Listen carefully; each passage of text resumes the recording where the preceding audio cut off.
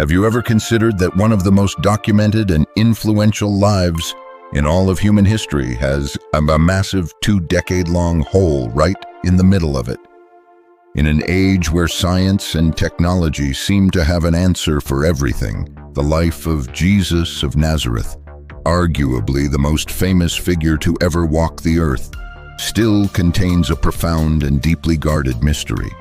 For nearly 2,000 years, a shadowy void has existed, a period of 18 years that has been almost entirely erased from the Western record.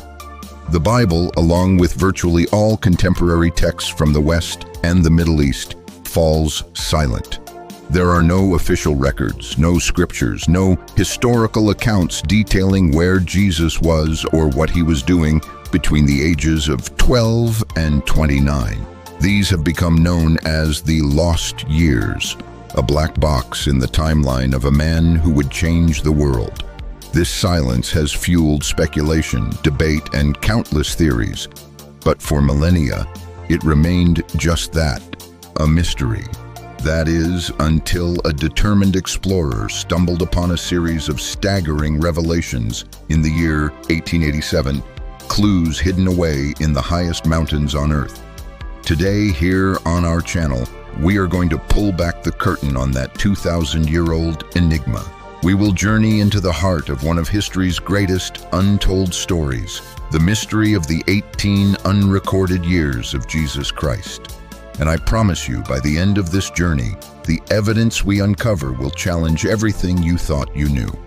Before we dive into the past, I want to know where you are in the present. Drop a comment below and tell us what city you're listening from and what time it is for you right now. Let's see how far our story travels. Now, let's begin.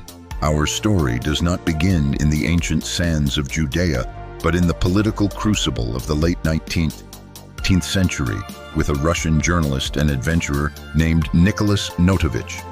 To understand his journey, we must first understand his world. The late 1800s were the height of the Great Game, a tense, decades-long Cold War of espionage, influence, and exploration waged between the Russian Empire and the British Empire for control of Central Asia. This vast, rugged territory, stretching from the Caucasus to the Himalayas, was a critical buffer zone, and both empires poured resources into mapping its terrain, understanding its people, and securing its allegiances. Men like Notovich, part journalist, part explorer, part intelligence gatherer, were the unsung agents of this era. They were revered figures in society, their tales of adventure captivating the public imagination. To be an explorer was to be a hero, and their expeditions were not mere travelogues. They were missions of national importance. In 1887, Notovich embarked on such a mission, a grand journey that would take him south from the Russian frontier deep into the heart of this contested land. His official purpose was to document the customs, cultures, and traditions of the peoples of India and Central Asia. Unofficially, he was charting the geography, surveying the strategic mountain passes, and gathering intelligence that would serve the Russian Empire's expansionist ambitions. His long and arduous trek led him through the treacherous, windswept mountains of Afghanistan, across the plains of what is now Pakistan, and into the vibrant, sprawling subcontinent of India. His journey was a tapestry of stark contrasts, from bustling marketplaces to desolate mountain peaks. Eventually, his path led him north to the remote and ethereal region of Ladakh, a high-altitude desert nestled in the majestic, snow-capped embrace of the Himalayas. After his time in Ladakh, his plan was to loop back up through Xinjiang and return to Russia. It was here, in the otherworldly landscape of Ladakh, that Notovich's mission took an unexpected and history-altering turn. He sought refuge and knowledge at a local Buddhist monastery, a sacred place named Hemis Gompa. This was not just any monastery. Hemis is a bastion of Tibetan Buddhism, a center of the Drukpa lineage dedicated to the revered sage Padmasambhava. Inside its ancient walls, Notovich was greeted with profound warmth and hospitality by the head Lama. The two men sat together, sharing cups of butter tea as the hours stretched deep into the cold mountain night. The Lama's stories were a revelation to Notovich, opening his mind to a world of knowledge he never knew existed. He was astonished to discover that these isolated monks were not just masters of Buddhist philosophy, but were also deeply knowledgeable in a vast array of scientific and philosophical fields.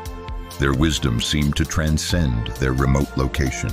During their conversation, the Lama made a casual yet startling observation. He noted that Christianity, as practiced in the West, bore a striking resemblance in its core ethics and rituals to Tibetan Buddhism. He then proceeded to analyze a series of parallels, drawing connections and presenting evidence with such clarity and logic that Notovich was left utterly speechless. The Russian journalist sat in stunned silence, his mind racing. How could this elderly Lama, living a secluded life in a monastery perched at the top of the world, possess such an intimate and detailed understanding of Christianity? As Notovich was still grappling with this revelation, the Lama dropped a bombshell that would shatter his entire worldview. "The Jesus you revere," the Lama said calmly, "is known to us. He is a great bodhisattva, a great enlightened one. He was born into your world to redeem all sentient beings, to show humanity the true path, to instill in them a correct faith." This single statement sent a shockwave through Notovich. He could no longer maintain his composure. A cascade of frantic questions flooded his mind. Jesus, connected to the Buddha of the East, a bodhisattva? Why was this monumental information completely absent from any Western scripture, from any historical text he had ever read? A part of him, the skeptical journalist, began to suspect a trick, a clever deception by the old Lama. But the Lama continued, his voice steady and serene. Jesus was a magnificent prophet, one of the greatest. We call him Saint Issa. He is considered one of the foremost prophets to come after the 22 Buddhas. His spirit was truly sublime. He spent his youthful years here, in the East. But he met his end among a people who lacked true faith. We were deeply saddened to learn of his fate. Notovich, who had just taken a sip of tea, nearly choked, sputtering it out in disbelief. "What did you say? Did I hear you correctly? Jesus was truly in the East?" To understand Notovich's visceral reaction, you must remember he was a devout Christian. He had been raised on the Bible, its verses and stories etched into his soul from childhood. He knew intimately what the Gospels said about the life of Christ, and he was acutely aware of the enormous gaping hole in that narrative. The period from age 12 to 29, 18 years, vanished. No clues in the holy texts, no indication of his whereabouts or his activities. It was as if he had simply disappeared from Palestine, only to reappear nearly 2 decades later as a fully formed teacher and miracle worker. Now Notovich found himself face to face with a man who claimed to have the answer to this 2,000-year-old question. Stuttering, he asked the Lama, Do you have any proof?" The Lama replied with a calm simplicity that only amplified the weight of his words. "It is recorded. It is written in our sacred scrolls, in a text titled The Life of Saint Issa." In that moment, Notovich's identity as an explorer, a journalist, and a devout Christian converged into a single, overwhelming impulse. He abruptly stood up, fell to his knees before the Lama, and pleaded, "I beg you, Venerable One, please let me see it. Read it to me. If this is true, this is not just a story. This is a discovery of world historical significance." The Lama looked at him with gentle compassion.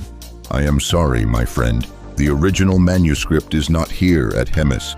The text was written in the Pali language, and the original scrolls are preserved in Lhasa, in Tibet, at the great Marber Monastery." The journalist in Notovich was electrified. Lhasa, the forbidden city, the heart of Tibetan Buddhism. The information was hotter than anything he could have imagined. He felt an almost physical urge to sprout wings and fly to Lhasa that very instant. That night, sleep was impossible. He lay on his cot, tossing and turning, the Lama's words echoing relentlessly in his mind. The story of Saint Issa. He replayed in his head the only canonical account of Jesus' boyhood, the one described in the New Testament. He remembered the passage from the Gospel of Luke vividly. Every year, Jesus' parents, Mary and Joseph, would make the pilgrimage to Jerusalem for the Feast of Passover. This was a sacred Jewish festival, a commemoration of God's deliverance of the Israelites from bondage in Egypt. The name Passover itself refers to the moment when the angel of death, sent by God to smite the firstborn sons of Egypt, passed over the homes of the Israelites, which had been marked with the blood of a sacrificial lamb as a sign of their faith. In the year Jesus turned 12, his family made the journey to Jerusalem as they always did. The city was thronged with pilgrims, a vibrant and chaotic scene. After the festival concluded, Mary and Joseph began the journey home with their large caravan of relatives and friends. They traveled for a full day before realizing with dawning horror that Jesus was not with them. They had assumed he was with other children or relatives in the traveling party. Panic-stricken, they turned back, rushing to Jerusalem to search for their missing son. For 3 agonizing days, they scoured the city, their anxiety growing with every passing hour. Finally, they found him, and the place they found him was as astonishing as his absence. He was in the temple, the holiest site in all of Judaism, sitting calmly in the midst of the most learned rabbis and teachers of the law. He wasn't just sitting there, he was engaging with them, listening intently, and asking them profound questions. The scripture says that all who heard him were amazed at his understanding and his answers. When his parents saw him, they were overwhelmed with a mixture of relief and shock. His mother, Mary, said to him, "Son, why have you treated us like this? Your father and I have been anxiously searching for you." Jesus' reply was enigmatic, a glimpse into a consciousness far beyond his years. "Why were you searching for me?" he asked. "Did you not know I must be in my Father's house?" The Bible notes that his parents did not understand what he meant by this. And then, after this remarkable episode, the narrative goes silent. The next time we meet Jesus in the Gospels, he is a man of about 30, being baptized by John the Baptist in the Jordan River, ready to begin his public ministry. The intervening 18 years are a complete blank. This void has long been a subject of debate among theologians and laypeople alike. The most common conventional explanation is that there's nothing mysterious about it at all. Jesus simply lived a quiet, normal life in Nazareth, working alongside his father Joseph as a carpenter, learning the trade and helping his family. It was an ordinary, unremarkable adolescence and young adulthood. But now, Notovich held a different key, a key that suggested those years were anything but ordinary, a key that was locked away in a monastery in Lhasa. He could not wait another moment. At the first light of dawn, the young, impassioned Russian set out. His compass pointed northeast, his destination the fabled city of Lhasa. His heart was filled with a burning sense of purpose, but fate, it seemed, had other plans. Just a few miles into his new journey, while navigating a treacherous rocky pass, Notovich's foot slipped. He tumbled down a stony incline, the sharp crack of bone echoing in the thin mountain air. His leg was broken. His quest for Lhasa had come to an abrupt and painful halt. Humbled and in agony, he had local villagers carry him back to the one place he knew he could find help, the Hemis monastery. The Lamas welcomed him back, their faces showing concern but not surprise. They understood the unforgiving nature of the mountains that surrounded them and were relieved to see his injury was not life-threatening. They tended to his broken leg with practiced skill, setting the bone and providing him with poultices and care. As Notovich lay recuperating, confined to his cot, the head Lama who had first spoken to him came to visit once again. He sat by Notovich's side, and with a twinkle in his eye, he revealed something that made the Russian's jaw drop. The Lama spoke slowly. "While it is true," he said, that the original Pali manuscript of the life of Saint Issa is in Lhasa, we do possess a translation. It is written in our Tibetan tongue. From time to time, we take it out to read and study. Notovich didn't know whether to laugh or cry. A wave of exasperation and relief washed over him. Why hadn't the Lama told him this from the very beginning? If he had known, he wouldn't have rushed off in such a frenzy, and he wouldn't be lying here with a fractured leg. The Lama simply smiled and replied with a single profound word, karma. It was your destiny, he implied, to take this path. Wasting no more time, Notovich eagerly implored the Lama to share everything, to read to him every word of the life of the Prophet Issa. The Lama gave a gentle laugh. The biography left by this holy one is a gift to all humanity, he said. Of course, I would be honored to share it. And so began an extraordinary period of dictation. For days, as Notovich recovered, the two men were inseparable. The Lama would patiently read from the Tibetan scrolls, his voice filling the quiet room, and Notovich, his leg propped up, would write furiously, a dedicated scribe capturing every single word, ensuring not a single detail was missed. He was transcribing a story that had been hidden from the Western world for nearly 2 millennia. Several weeks later, his leg mended. Notovich finally left the monastery, but he was a changed man. Tucked securely in his belongings was a complete, detailed account of the life and experiences of Jesus, or Issa, during his formative years spent in the East. The story that the scrolls told began with a boy named Issa at the age of 13. In the traditions of the Israelites of that time, this was the age when a young man was considered ready for marriage. For a youth as intelligent, charismatic, and gifted as Issa, it was no surprise that many prominent families in his region came to his parents' home, making proposals of marriage, hoping to have this exceptional young man as their son-in-law. But Issa had a different calling. One fateful day, he quietly slipped away from his home. He joined a traveling caravan of merchants heading east, a journey led by Indian traders.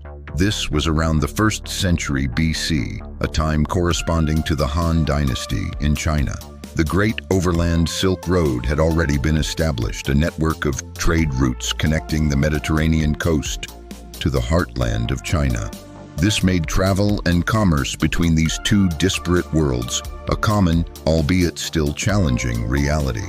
According to the manuscript, Issa arrived in India when he was 14 years old.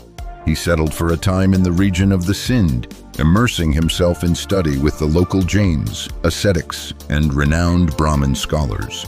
Issa's intellect was described as extraordinary, his capacity for understanding profound.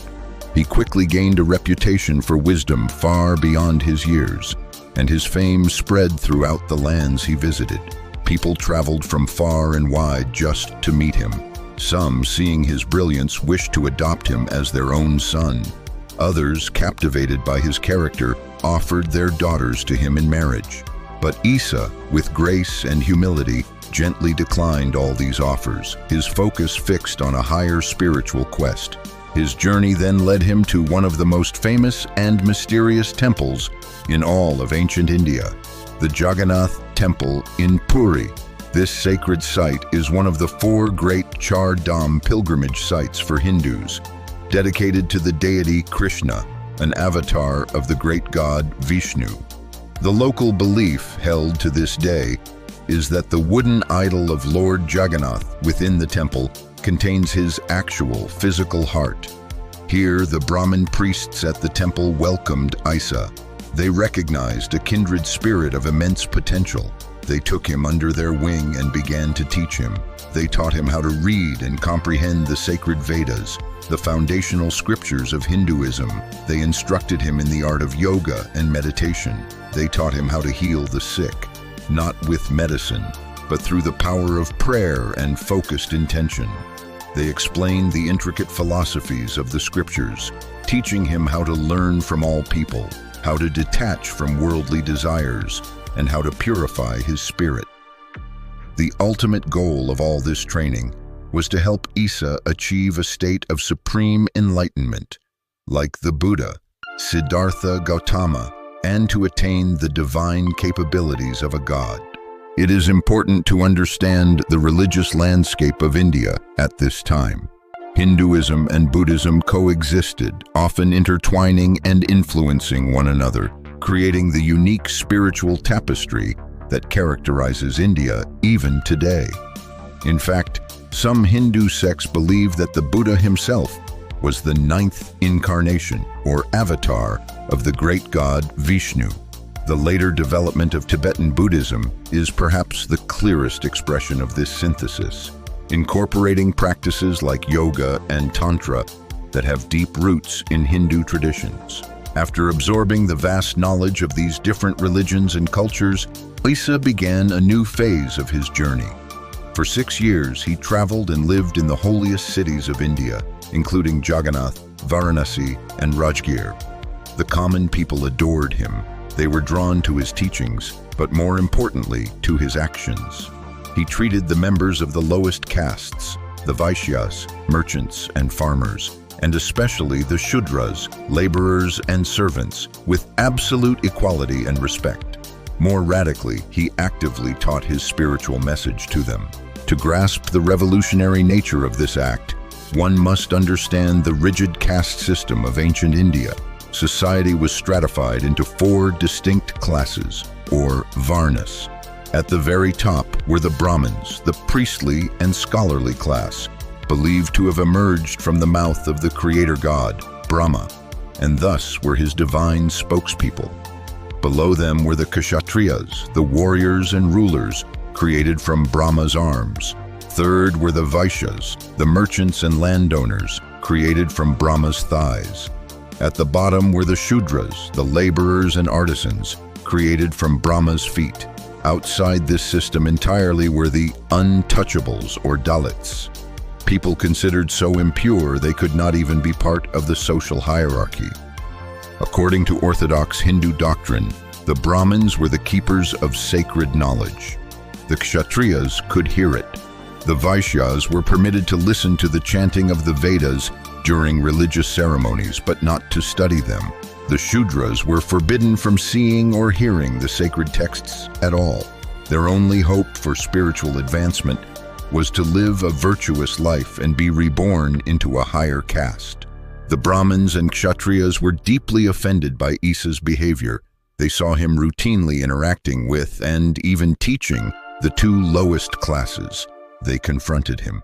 "How can you profane the sacred teachings?" they demanded. "The Vaishyas and Shudras are of a low station. They are not fit to hear the same holy words as the noble Brahmins and Kshatriyas.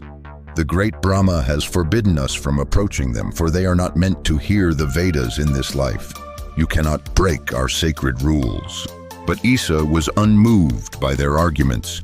In his eyes, the Creator God made no such distinctions. He saw all of humanity as equal children of a single, loving Father. He continued to preach his message of universal love and spiritual equality to the lower castes, which publicly shamed and infuriated the Brahmin priests.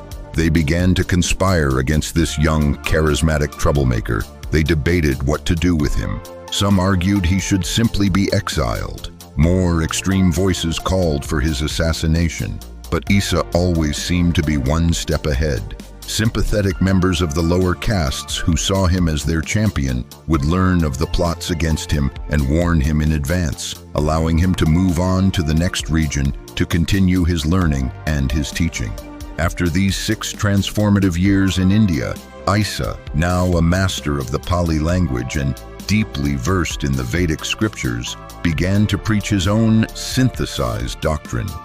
He traveled throughout India, teaching people to worship a single formless creator, not idols of stone and wood.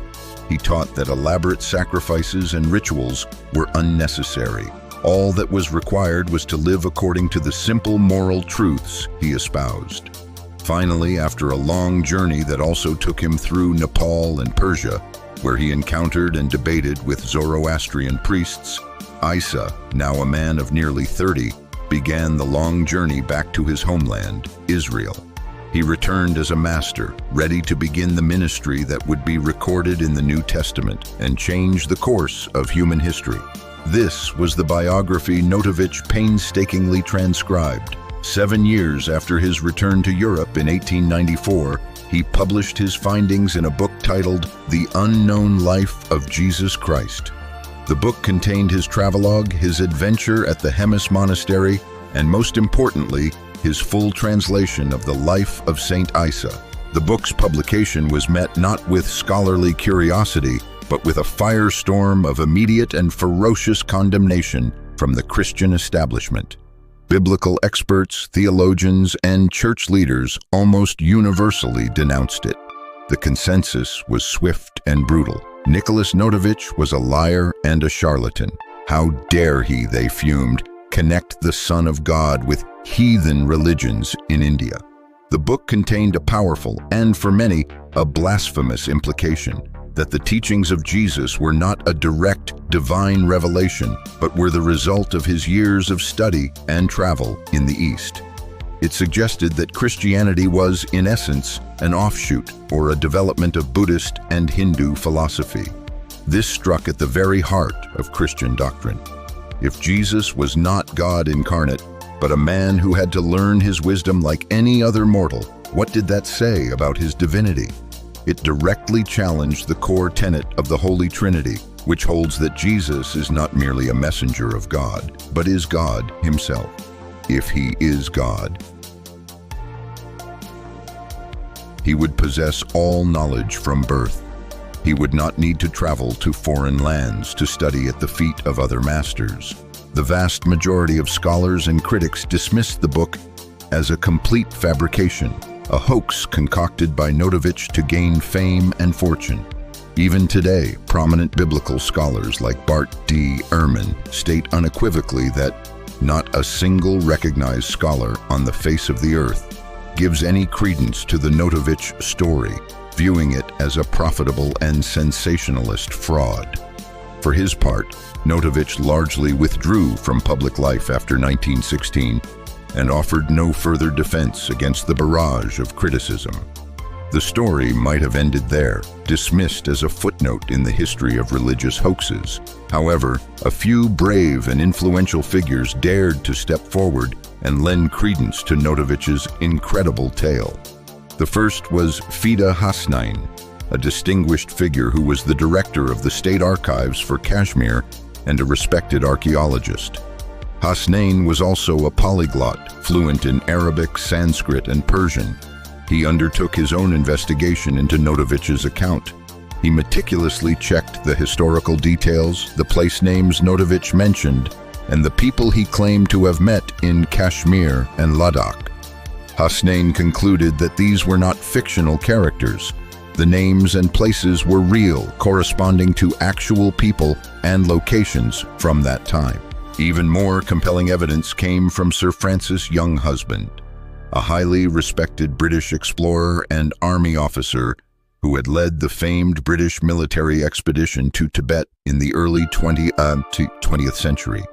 Younghusband, a leading figure in the Royal Geographical Society, stated that while he was not familiar with the stories in Notovich's book, he could confirm a crucial detail of Notovich's timeline. Younghusband personally met Nicholas Notovich near the monastery shortly after Notovich claimed to have left. The two men had a conversation, confirming that the Russian explorer was, in fact, in that exact remote location at that exact time. But the most powerful and direct piece of corroborating evidence came from a renowned Indian sage and scholar, Swami Abhedananda, a direct disciple of the great spiritual leader Sri Ramakrishna. Abhedananda was a leading authority on Vedanta philosophy and was also deeply learned in Buddhist studies from his time in Tibet. Initially, the Swami was as skeptical as anyone about Notovich's story, but his curiosity was piqued. In 1922, driven by a desire to find the truth, Swami Abhedananda undertook his own personal pilgrimage to the Hemis Monastery to investigate the matter for himself. When he arrived, he spoke with the Lamas. They confirmed his very first question. Yes, a Russian man named Notovich had indeed stayed at the monastery many years ago after suffering a broken leg. They recalled that he had stayed for about 40 days to convalesce. The Lamas then confirmed the most critical point. The monastery did indeed possess an ancient manuscript detailing the life of Saint Issa, and the story Notovich had heard was transcribed directly from this text. The Swami's heart raced. He asked if he could see the manuscript and hear its contents. The Lamas willingly agreed. They not only recounted the story of Issa's journey to India, but they brought out the Tibetan manuscript and showed it to him. As Swami Abhedananda, an expert in these languages and traditions, examined the ancient pages, he had to admit that Notovich had been telling the truth. The manuscript was real. It consisted of 14 chapters and 223 couplets, or slokas, and its content was exactly as Notovich had described. With the help of one of the Lamas, Swami Abhedananda translated a portion of the manuscript himself. Later, in his own published travelogue, Kashmir o Tibete, he not only quoted 40 verses from the life of Saint Issa that he had personally translated, but he also cited Notovich's controversial book as a valid reference. So, where does this leave us? The evidence suggests that perhaps, just perhaps, the story is true. That Jesus did spend his lost years on a profound spiritual quest through India and the East. This does not necessarily mean that the teachings he later brought to Judea were wholly borrowed from Buddhism or Hinduism. In fact, the core of his message remained deeply rooted in his Jewish heritage. But it is a common path for the great sages of history to learn from many masters before achieving their own unique enlightenment. The Buddha, Siddhartha Gautama, before attaining nirvana, studied under the master of yogic philosophy, Alara Kalama, and later under Udaka Ramaputta. These studies were crucial steps, a ladder that led him to his final transcendent realization, but they were not the final message he taught. It is entirely possible that Jesus Christ walked a similar path, that his journey to the East was the key that unlocked his own divine potential. As for why Jesus might not have spoken of this incredible journey to his disciples in Galilee, that is a profound question, a mystery that perhaps invites us to look deeper, to see the connections that bind the world's great spiritual traditions rather than the walls that divide them. The truth may be far richer and more complex than we ever imagined. The journey to uncover the truth is a long one, and there are always more mysteries to explore. If you found yourself captivated by this story and want to join us as we investigate other profound questions from history, science, and the human spirit, make sure you subscribe to our channel. You won't want to miss what we uncover next. Thank you for watching.